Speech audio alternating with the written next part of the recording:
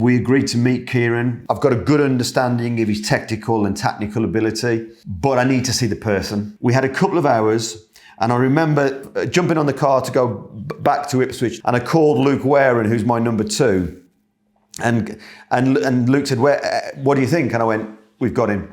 My guest today is a remarkable footballing brain in a bottle who, like us, says he's, quote, just obsessed with the game.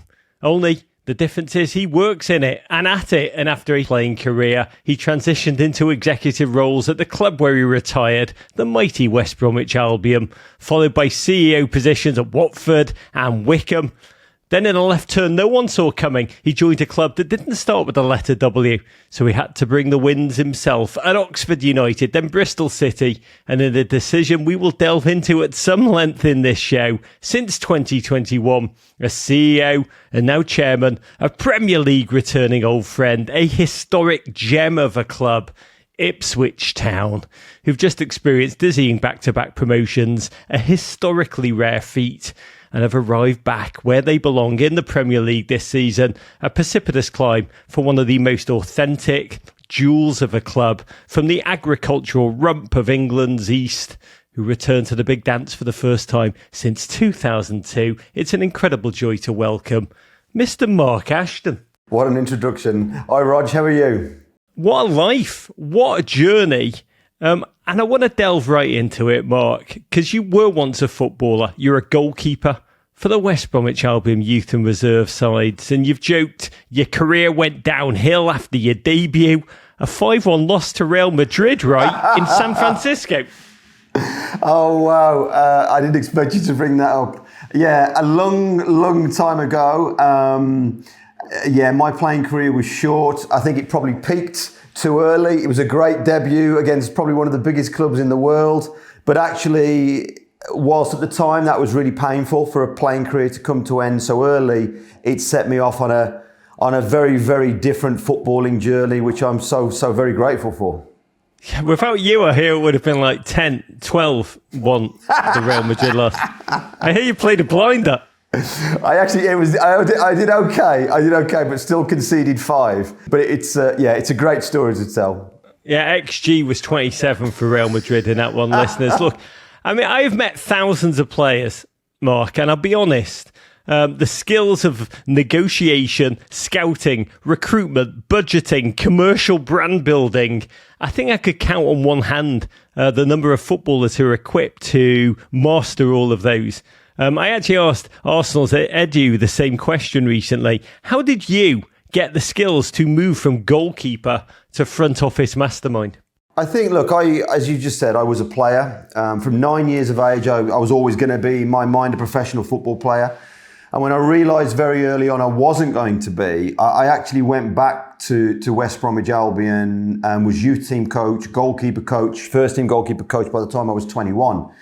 But very quickly realised coaching wasn't for me. I actually didn't like the board of directors having the ability to make decisions on my career. When a first team manager changed, the coaching staff would change, and you could ultimately lose your job and you'd done nothing wrong. And I remember sitting one day thinking, well, if I want to stay in football, I want a career in football, but I don't want to be in a position where that can happen. What's the position that can't happen? I thought, well, I'm going to have to run the whole goddamn thing. And joking apart, I then made a right turn and on a 10-year development program to become a CEO. And it was that was ultimately the decision. I wanted to run the whole thing. So self-taught, essentially? Yeah. So for West Brom, I had a number of CEOs. John Weil, former captain, former player. Legend. Mike O'Leary, who was my chairman here, and I've worked with him many years. And I literally pestered the life out of them every day. Can I get involved with this? I want to do this. I want to do this. I want to do that.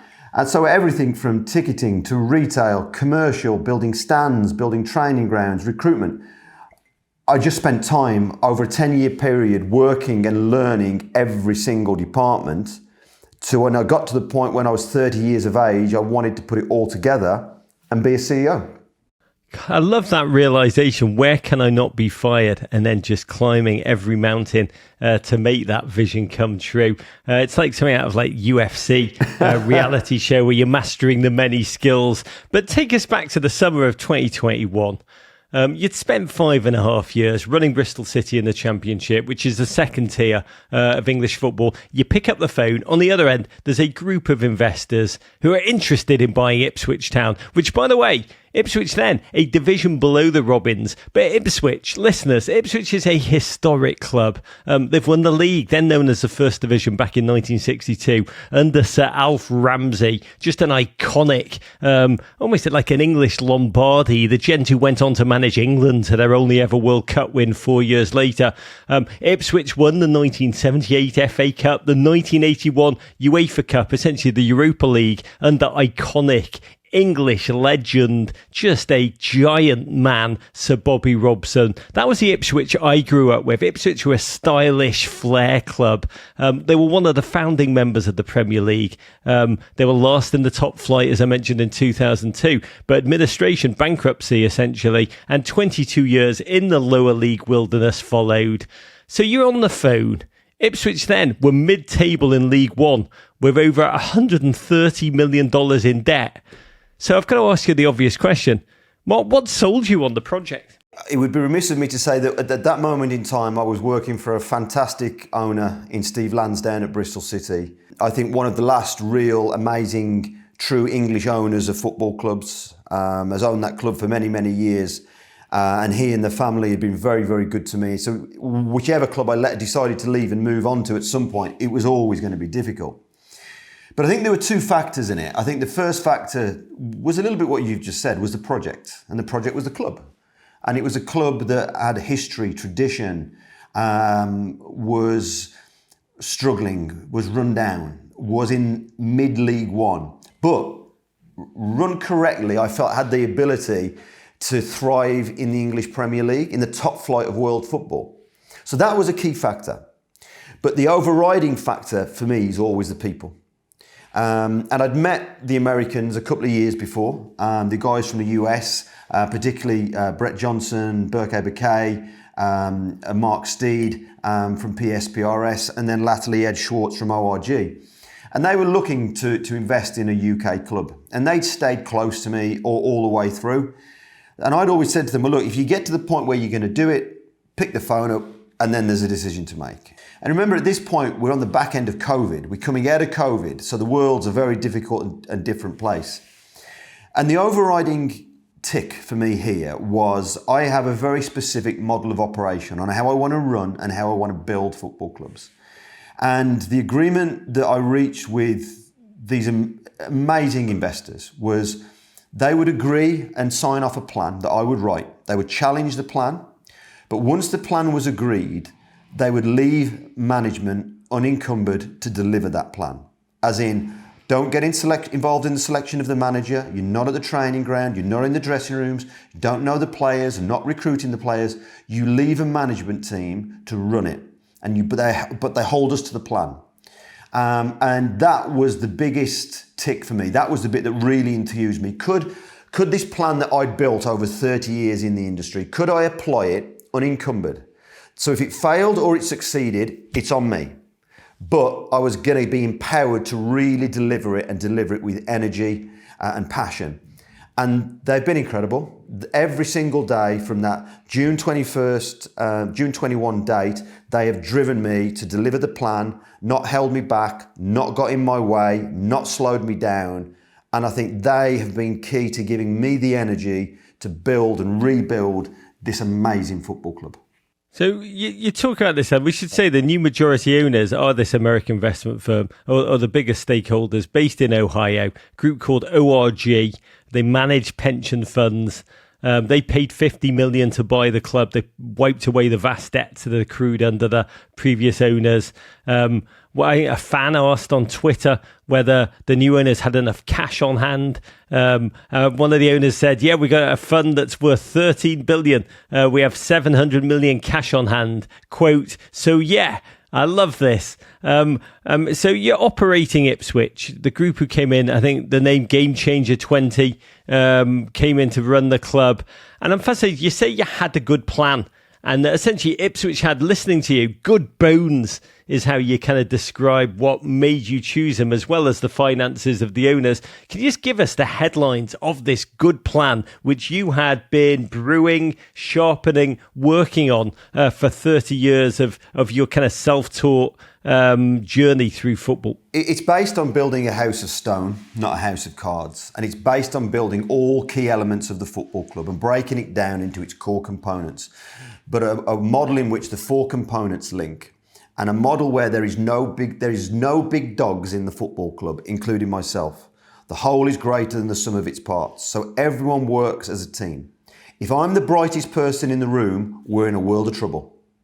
The manager has to have better people around him in the key areas of performance and analytics, sports science, medicine, etc. I have to have the same around me in recruitment, technology, data, commercial revenues.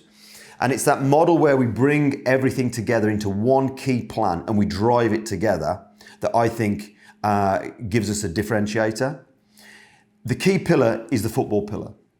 And the model for me is very much around giving young, hungry, talented managers their first job. So I've done this historically at all the clubs I've been at. And Kieran is in that pond. He has that DNA. Kieran McKenna, the Ipswich manager. Yep. And again, when I appointed Kieran, a lot of people turned their heads and said, Mark, this is Ipswich. The club's too big for him. 30,000 fans every week. It's his first job. He's too young. He's not ready. But I have this belief that if you find the right person and then you build the infrastructure off the back of that person, very specifically, to give them all the tools they need, you can do something quite special. And in essence, we built that in League One that took us through to the Premier League. We will be talking a lot more about the magical Kieran McKenna in just one moment. But I do want to ask you one more question about yourself, Mark. What type of leader are you? Because we've already covered this ground. Football clubs have so many sides. From the football side, the scouting, the data team. That's before you get to the commercial, the brand, the ticket sales, the stadium. Are you hands-on every facet? Are you fingering every pot? Or are you someone who likes to hire the best and delegate to them? And who's influenced your leadership style? I guess I'm asking, are you a delegator, Mark Ashton? You can tell the truth. I think the 30-year-old CEO, Mark Ashton, compared to the 50-year-old CEO, Mark Ashton, are two very different animals. Two very, very different animals. The one thing you learn, or you know about this job very quickly, is you learn every single day. The minute you think you know it all, you're in a world of trouble. And I learn every day. And one of the things that we create, and my staff would tell you that we create, is a learning environment where we challenge. So one of my strengths and also one of my weaknesses is on that 10-year development journey at West Brom, I worked in every department.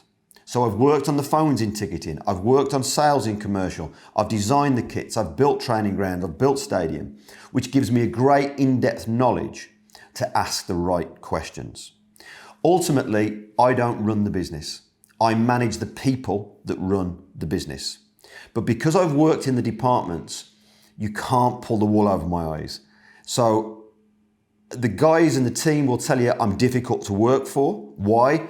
Because I set a tempo and an urgency. There is no tomorrow.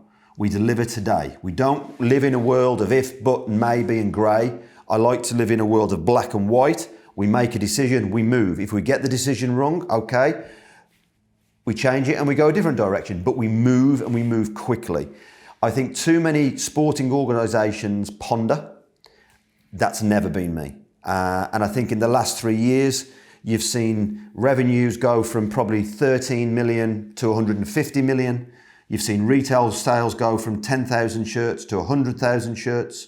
You've gone from ticket sales for average of probably 12 and 13,000 attendances to 30 plus thousand attendances, record-breaking commercial sales, and by the way, a team that's got back-to-back promotions. That doesn't happen by accident. I love that motto. There is no tomorrow. We live for today. I'm an Everton fan.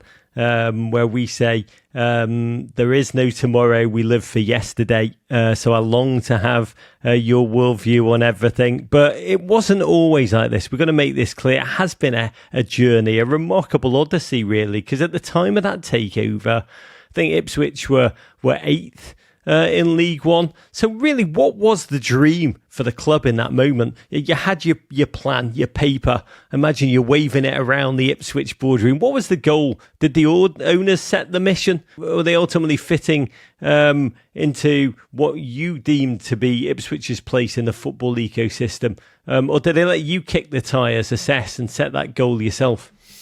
I think through the acquisition process, there was a meeting of minds. And my team, again, will always tell you that I like to start with the end in mind.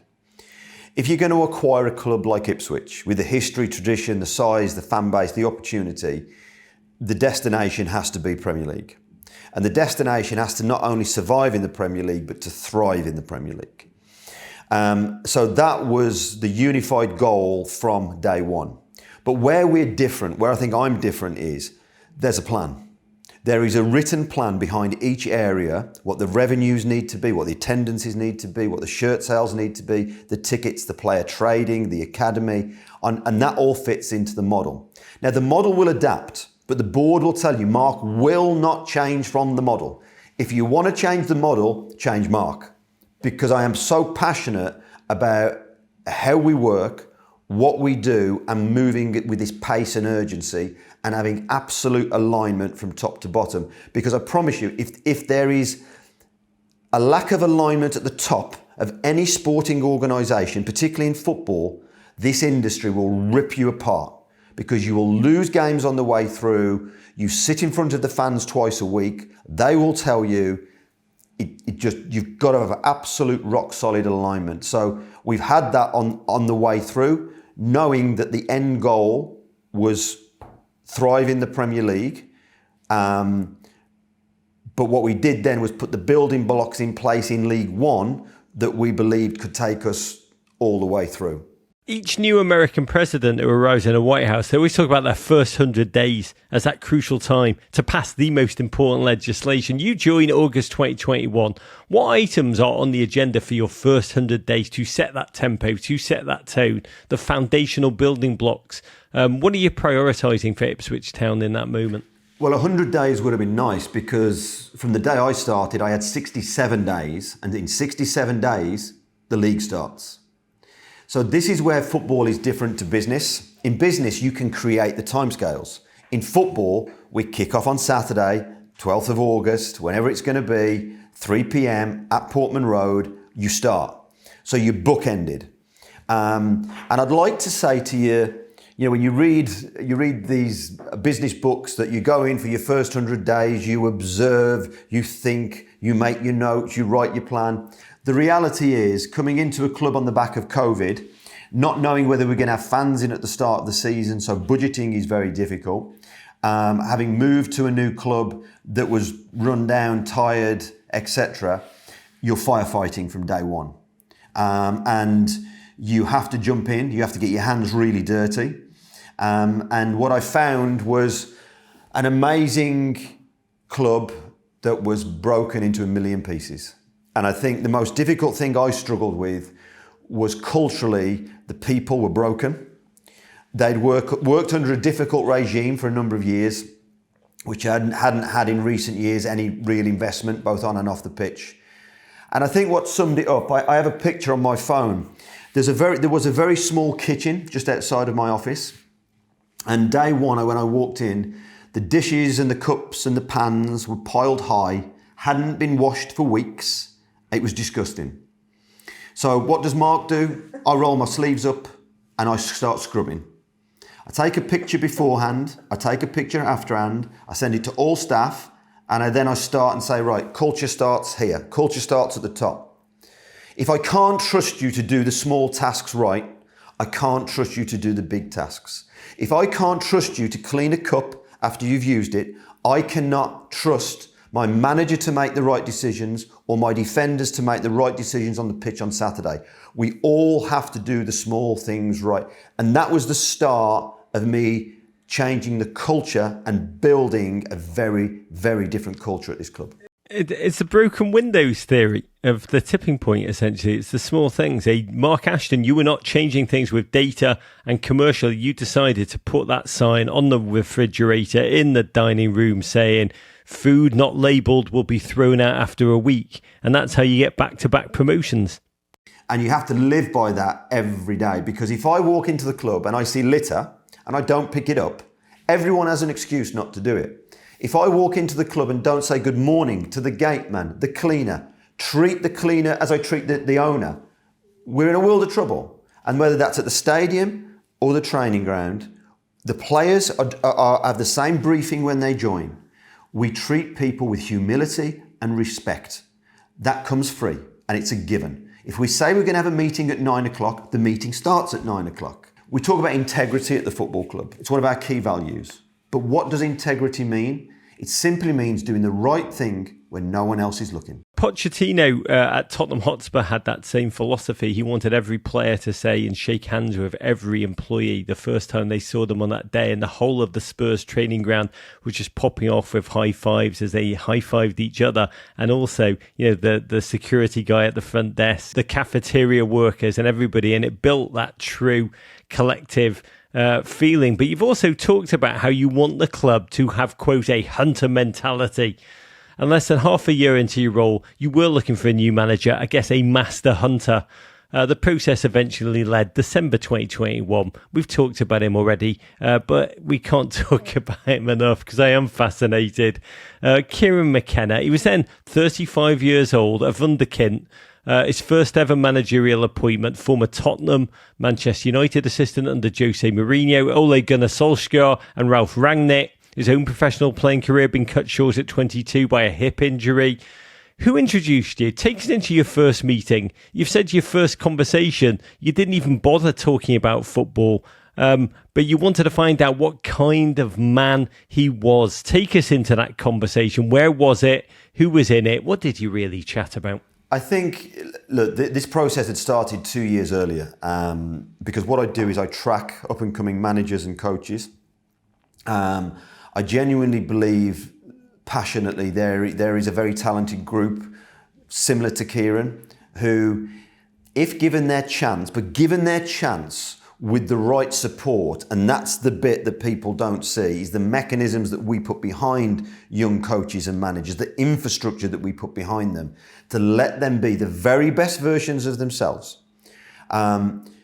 So that process had started 2 years ago where I'm identifying talents right across the board. And Kieran is someone I'd liked, but I knew if I was going to ever appoint Kieran, I had to have total control to build an infrastructure with him, behind him, to support him, for him to be as successful as he ultimately has been. So I do a lot of networking in the industry. One of our mutual friends, our assistant manager here, Martin Pert, had worked for me at Watford. Martin's someone who was then at United, and again, I'd pick Martin's brain on, was Kieran what I thought he was? I had a really good relationship with the then CEO at United, Ed Woodward. I met with United regularly, probably once every couple of months, again, sharing ideas on recruitment, technology, staff, trends in the industry. So when we changed, we agreed to meet Kieran. United were good and gave us permission to meet. And I actually met him one really dark, wet Sunday evening at a hotel just outside of the Midlands. Again, as I mentioned earlier with someone else, we instantly had a meeting of minds. What did you realise about Kieran, the raw core values that set him apart?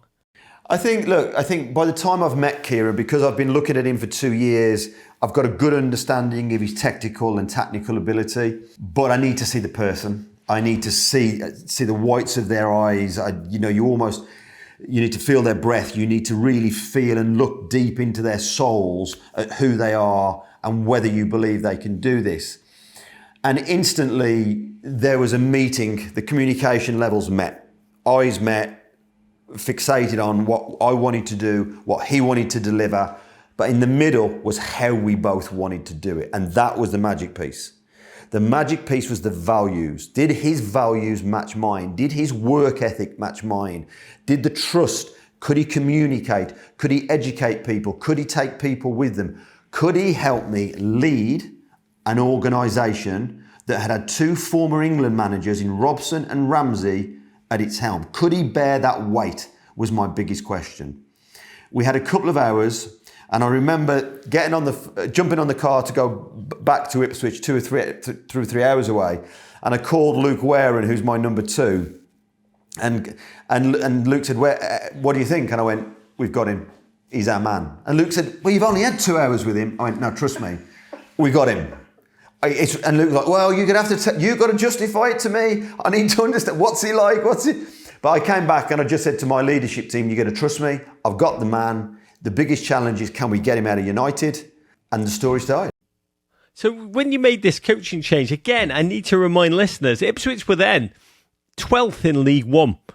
So you have your board, you have your executive, your front office, you have your man, your manager, but the playing staff are everything in terms of the final piece of alignment. The scouting department back then, I believe, was essentially 2 junior analysts sitting together side by side in a room. Not even sure there was a head of a recruitment.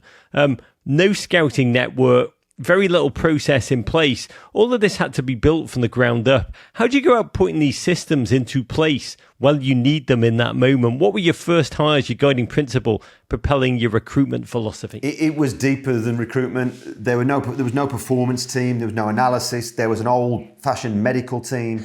There was some good people, but there was no data. Amazing. There was no understanding of what really needed to be put in place to deliver Premier League standards.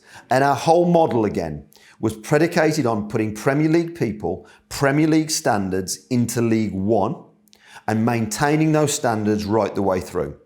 I remember saying to my board, I will build you a team in League One that will take us right the way through to the Premier League. And Berkay Bakai said this to me a couple of weeks ago. He said, I remember the meeting when you said, this is what you're going to do and this is how you're going to do it. Did I think it would happen that quickly? Probably not.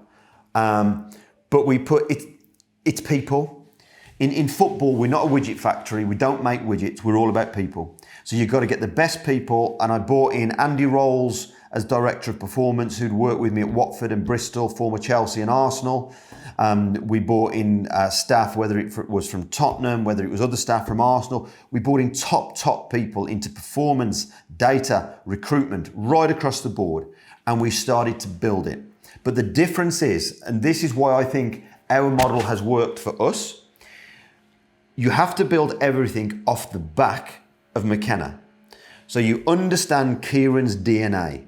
Where is he in his career? What support is he going to need where? And how do you simply keep driving him forward every single day? You don't have him looking over his shoulder once. You just create the space in front of him and you let him go. And then you put everything in place that he needs to be successful.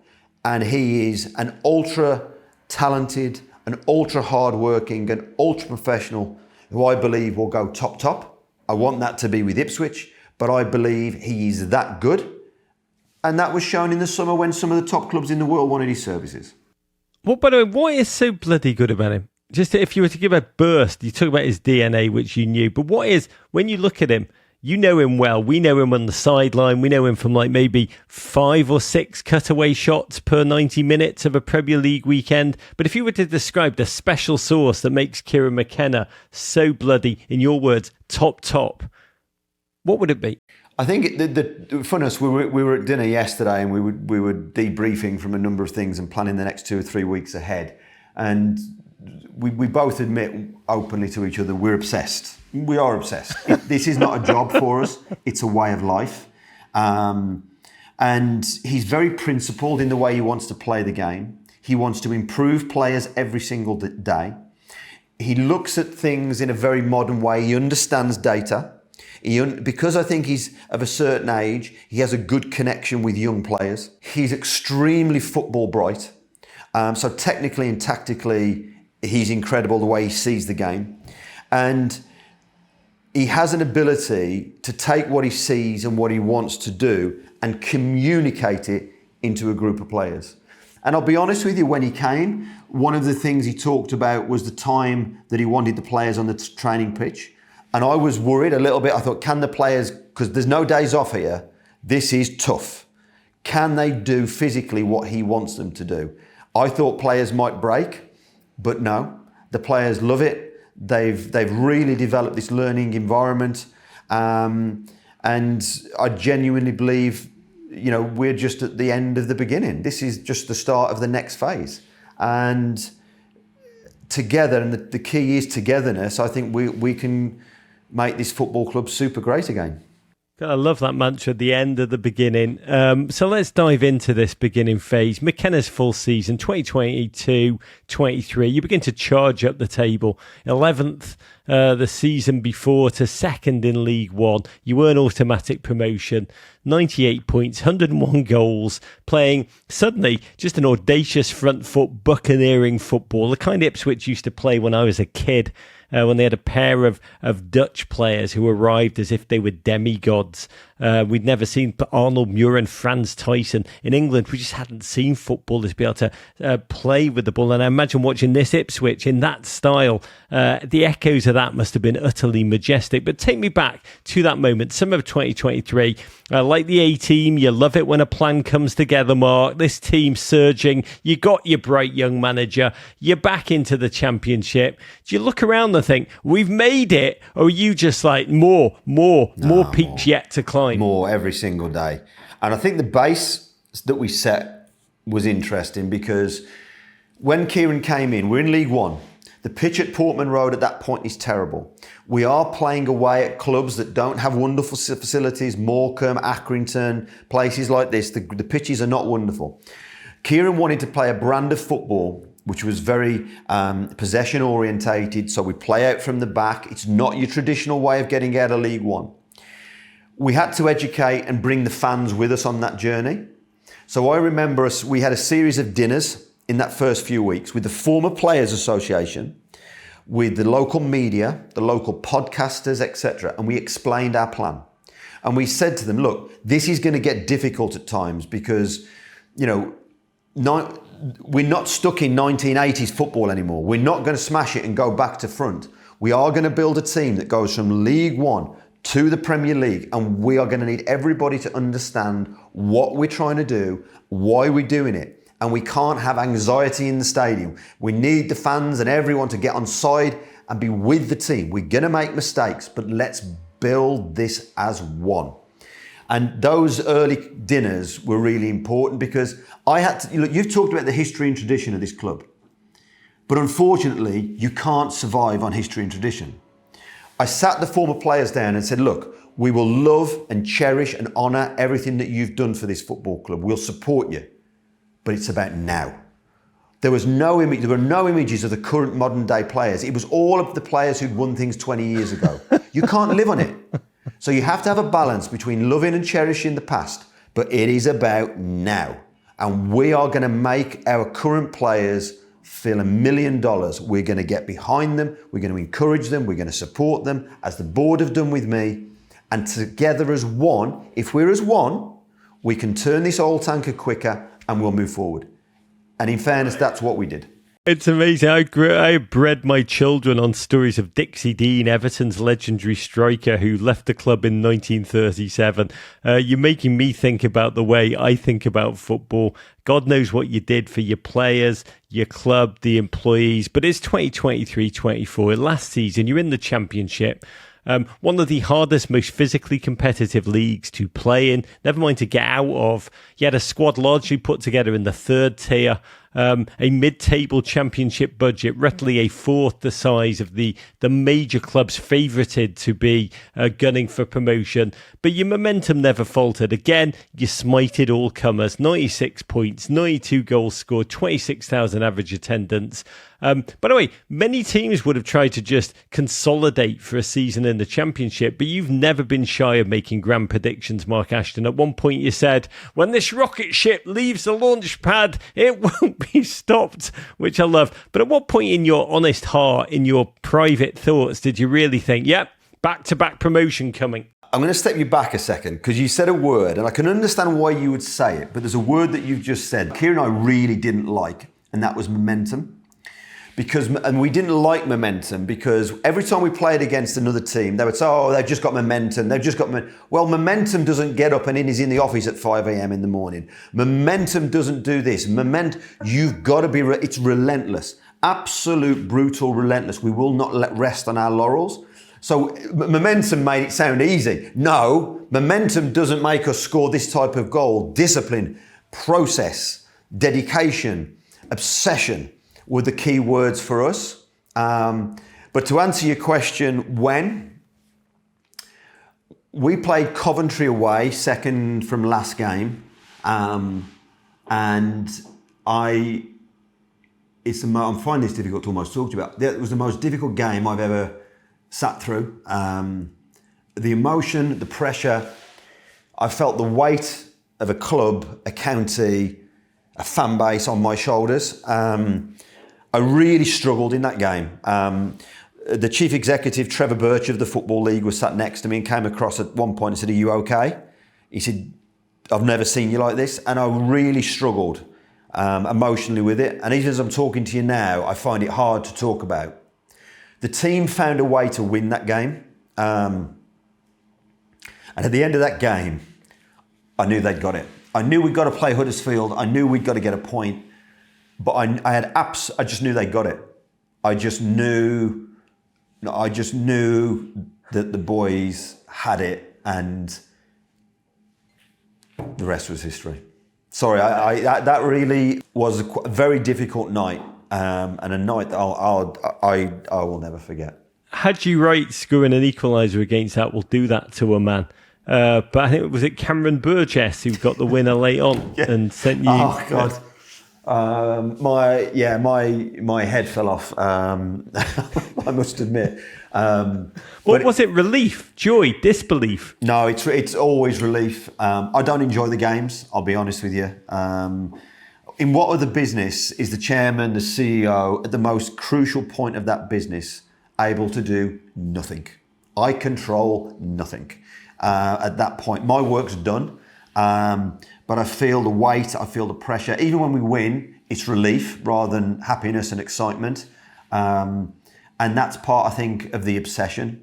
Kieran and I have a rule that on a game day, we talk before the game, but after the game, we leave each other alone. It's too emotional. Win, lose or draw, the conversation's a waste of time. We talk on the Sunday evening around 7 o'clock and we'll talk about the game. But it's too emotional after the game. We're too high if we've won. We're too low if we've lost. We need to leave it. We need to come back with a cold set of eyes. And Kieran's great because he always says to me on a Sunday, look, if you're going to ask me about the game, if you're going to ask me about anything technical or tactical, you better have watched it back.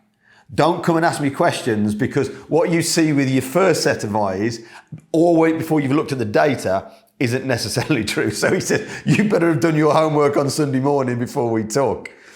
But it's an obsession. It's why Billy Bean just in Moneyball used to just go hit the gym during games. Yeah, he could not. I can understand that. And it's bizarre because, again, I'm 50 years of age and it gets worse, not better. And I should be able to control this, but it means so much. There's so much at stake. You see how a win, lose or draw can affect people's lives. And again, that goes back to what's important for me is having good people around us. And we have those in all areas of this football club. But as I said, we're not the finished article. I love, by the way, that you love football, you're obsessed with it. It's just the watching part that is excruciating. But you made it, back-to-back promotions. You reached the top flight, which is nearly unheard of. Only happened, I think, 5 times since the Premier League was founded. Last was Southampton 12 years ago. But May 5th, 2024... Ipswich Town returned to England's top division, the Premier League, for the first time in 22 long years. You wrap it up by beating Huddersfield. How did you mark the celebration? And more importantly, how long did you give yourself to celebrate before you start getting panic attacks about everything you had to do to get Premier League ready? I had one drink that night. I enjoyed that night, but I had one drink because there were so many people who wanted to speak to you. And on the Sunday morning, it was interviews. And on the Monday morning, it was, we have this thing called Rule K, which basically in the December of that promotion year, any club that's in the top 6, the Premier League, come and audit. And then you have to get all of the jobs lined up, ready to start. And there's probably about £10 million worth of jobs to do to get your Premier League licence. So on that Monday morning, contractors were in, pitch was ripped up, stadium's been ripped apart, because we've got, 13, 14 weeks before we played the first game, and we have to be ready. Was there any part of you worry you were not ready in that period? Anyone who worked with me will tell you Mark won't allow that thought process. And if I physically have to drag us across the line and drag the contractors across the line, we will drag the contractors across the line. 111 projects, best part of £10 million, total stadium upgrade right across the board, plus the training ground. Every contractor almost in Suffolk, in the county, working on this site. Very proud of a dedicated team who were absolutely relentless in getting ready for our game opener, which happened to be against that little club in red called Liverpool.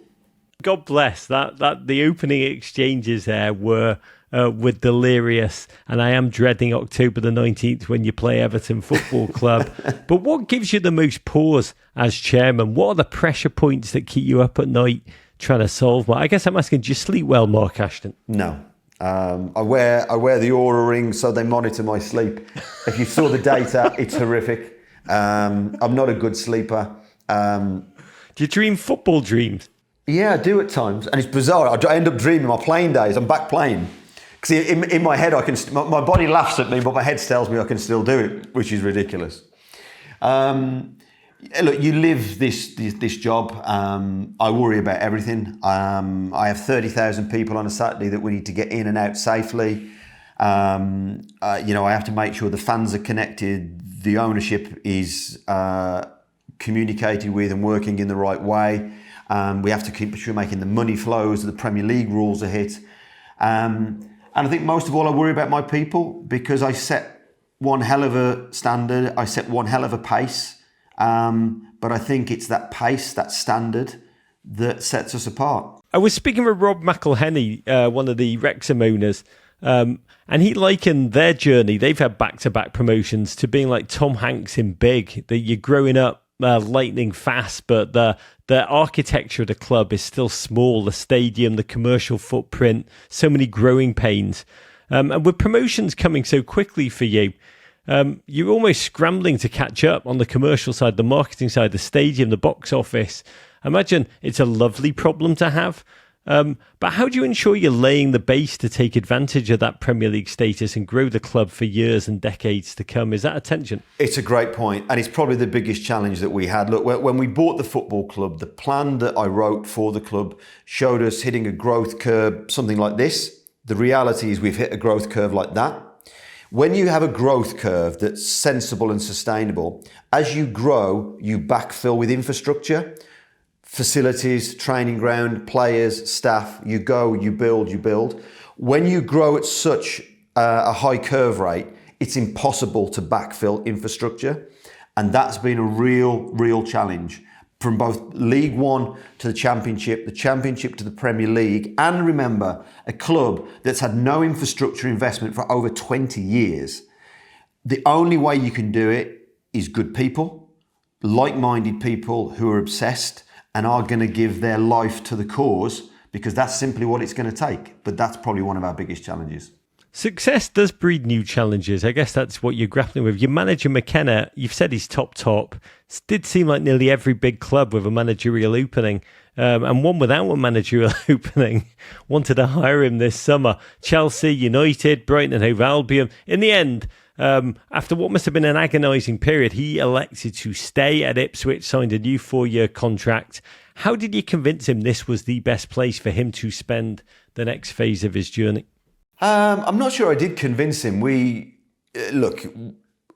anticipated the call, and I remember on the Sunday night, the phone rang, and I was actually driving back from the Midlands to Ipswich, and the tone of his voice, I said, we clearly need to talk. I knew something wasn't right. We then went into probably a 10-day period where we spoke more than ever. We'd meet early morning, we'd meet 11 o'clock at my house, and we would just sit and talk.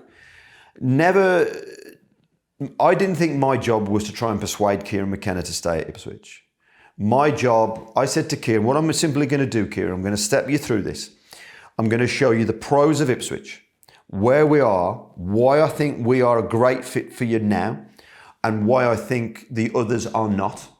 And at that, I want you to take it all away. Take that information away, and then you have to make your decision based on the facts. But I want to take the emotion out of it, and I want to deal with reality. And we spent a week on these discussions and these topics, everything from first team to recruitment, to academy, to facilities, to media, to press, to perception, to his career, to my career. Am I committed to the long term? Is he? And at the end of that, he called me one Sunday morning and said, can I come and see you? And he said, look, I've taken it all on board. We've discussed it with the family at length. I want to stay. Great. Shook his hand. Let's get on with it. That has to be a balanced discussion, because even when Kieran says he wants to stay, we have still got to then work. We've got to make sure our relationship is intact, because we then have to work moving forward. You can't just leave, one party can't leave everything on the table and one party take everything on the table. There has to be some robust discussions about, are we both in this for the long term? What are the board's objectives? What are the club's objectives? How quickly can we build this? What are we going to do in the summer? Mark, we might need to sign 12 players. Yes, Kieran, the board will back us to sign 12 players. So all of that comes into discussion, and then I believe he made what was the only decision to make. And he committed to us, and, you know, as we talk, we're unbeaten in 3 Premier League games. God, the ownership group has made a signing of their own this summer. Suffolk's possibly the most famous son, Ed Sheeran, long been your shirt sponsor. Even predated your arrival, I think, by a couple of months. Often performs in his number 17 kit. He now owns 1.4% of the club. And lots of football clubs have famous owners, but there is something singular about Sheeran. His fandom is so authentic. He's loved the club since he moved to Suffolk 3 years of age. Take us behind the scenes on the specific role he plays for Ipswich Town, because he is one of the world's most visible global billboards. I love seeing him at the game. He's got a tracksuit top with his initials ironed on. He looks like he's the manager. Very special person. You're right, he's one of the biggest world global superstars, but he's just a nice, good man. Local living, cares about his football club, cares passionately about the community. We've spent 3 years getting to know him. He spent 3 years getting to know us, and that relationship's now built on trust, that we're good people, we do what we say we're going to do. He sponsored the club, he supports us. We launch kits, he helps us design kits. We launch a kit, he launches it on stage at Wembley or Vegas. It helps us incredibly. But his foundation is community. He wants the club to be a community-led club, do the right things by the fan base, do the right things by the local community. He's now bought a small percentage of the club. He'll become tighter with us. He's family. And anything we ever ask him to do, he does. He does with a smile on his face. He asks for very little back from the football club. Very special person, and we are so lucky to have him with us. I believe he's even done a Delia Smith and designed his own executive box this off-season. He's like even installed a pint pull. He's designed a very special box. You might guess where I'm sitting right now. And he's personalised it. He's got his memorabilia here. It's his home from home. But I go back to it. This is someone who cares about his football club. He's well respected in the local community. He comes into the club, spends time with the staff, the players, the manager, and he's just part of the family. Sheeran aside, this has been a hard season for the 3 newly promoted teams. 7 points shared between the 3 of you, 5 games in. A number of analysts in the media over there have said the gap between the Championship and the Premier League has never been bigger. 3 newly promoted teams last season were all immediately relegated. You're living that gap right now, Mark Ashton. Can you put into words just how wide that gulf feels? Well, I think there's actually two gaps. You've got a gap that is the Premier League to the Championship. You've got a gap that then is Ipswich to the other two newly promoted clubs. Because remember, both of those are on parachute payments. So they've yo-yoed. So they've got substantially more revenue than us. We are adrift because this club has not been in the top flight for 20 plus years. So we are, if you like, double bubble making up the gap. But you know what? All we can do is be the very best version of ourselves. Focus on ourselves. Don't worry about the riches that everyone else has got. Don't worry about what we haven't got. Focus on what we've got. Focus on our culture. Focus on what's got us here. Stick to our beliefs and adapt and learn quickly. And that is key. And if we do that, we give ourselves one hell of a fighting chance. We need to be proud about who we are and focus on us. Ignore the noise. Let the craziness of the Premier League take care of itself. We'll just be the best versions of ourselves. And I think that will give us a great fighting chance. By the way, there's a secret to life in your response there, Mark, not just about Ipswich Town. And I want to close by, I think it's very clear, I am so incredibly fond of Ipswich, the town, the football club, the history, the tradition, the rural beauty of the entire area. The long-standing connection between the club and American Air Force families who have lived throughout the area in the 20th century and 21st century. Any American listening who's going to be in London, get yourself out to Ipswich. Honestly, you will make memories there for life. But Mark, you've been in this job for 3 years. You've won back-to-back promotions. The stadium's being renovated. You have your young, exciting manager. He signed a brand new long-term contract. You've got Sheeran with his pint pull in his suite. Make the case to American fans who are choosing a Premier League team in the here and now why they should follow the Tractor Boys and join your journey. This is a very special club with an amazing history and tradition. And if you want to be part of a family, be part of a football club, be part of a journey that's moving at lightning speed, this is the best story in world football. By the way, I'm listening along and I'm almost sold. I'm telling you, this is the best story in world football. You can take your Wrexhams, you can take your Birmingham Cities, and they've done incredible things, and good on them. This is sanity.